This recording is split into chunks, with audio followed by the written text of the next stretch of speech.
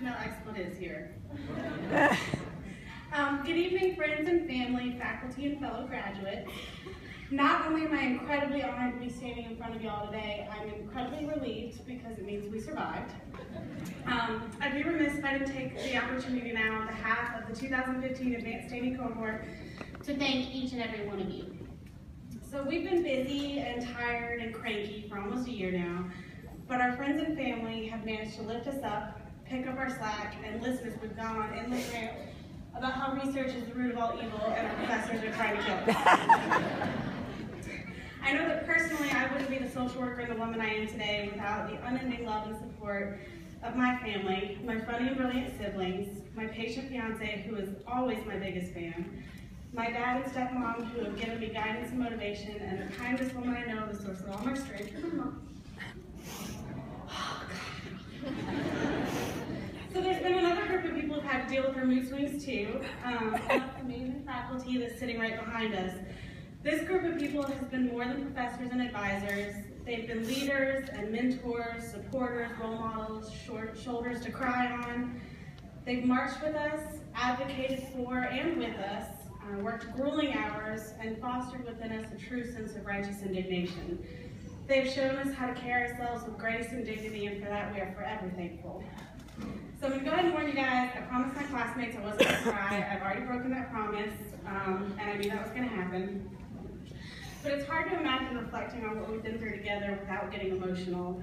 I'll never forget walking into the classroom the first time last summer, and I looked around the room like a deer caught in headlights. We didn't know each other or what to expect, and frankly, it was terrifying. I know now that the 14 people I sat in that room with, my advanced standing cohort, are the most amazing, brilliant, passionate, beautiful people I've ever met. It's not very often you come across something as special as what we created.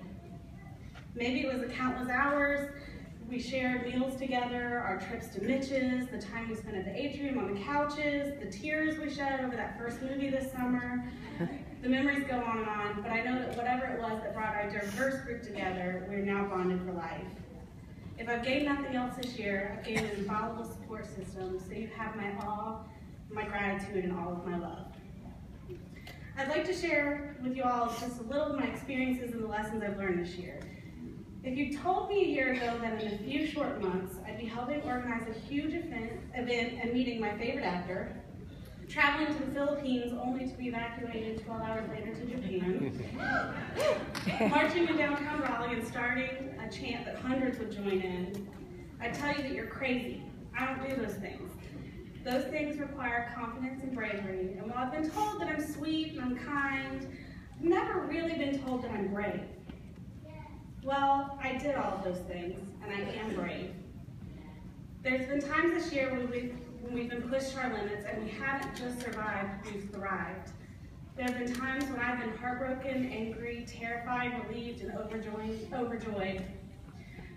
But the most important things I've felt this year is I'm comfortable. That's right, I'm comfortable. Because change doesn't come from a place of comfort. The fight for social justice, the fight for racial equality, gender equality, the end of oppression and poverty, it doesn't occur in a comfortable environment. Debbie Irving, author of Waking Up White and Finding Myself in the Story of Race, says, if there's a place for tolerance and racial healing, perhaps it has to do with tolerating my own feelings of discomfort that arise when a person of any color expresses emotion not welcome in the culture of niceness. It also has to do with tolerating my own feelings of shame, humiliation, regret, anger, and fear so I can engage and not run. For me, tolerance is not about others. It's about accepting my own uncomfortable emotions as I adjust to a changing view of myself as imperfect and vulnerable as human. Now, I'm always going to be nice and sweet. I wouldn't be genuine if I tried to change that.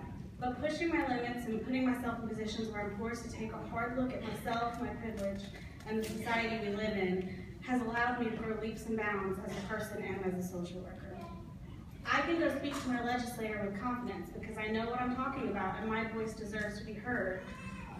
I can scream and start a chant in front of hundreds of people because there are people whose voices have not been heard. And I can travel halfway around the world to do research just to come back home and still be dedicated to my research project and my wonderful and flexible research team because there are people in this world who are hungry and suffering, and it's my obligation to not let a change in my plans lessen my dedication to serving them. I can do all these things, and what fills my heart with joy is that all of you can and already are doing these things. If we embrace the uncomfortable parts of life, if we learn that being nice is not always being helpful, if we foster our sense of righteous indignation and raise our voices while assisting the ones we serve in doing the same, our country, our world, our communities will be a better place. I've never been more certain of any group of people in my life. So I ask you, my fellow graduates, in the words of the wise Christopher Robin from Winnie the Pooh, to promise me you'll always remember you're braver than you believe, and stronger than you seem, and smarter than you think.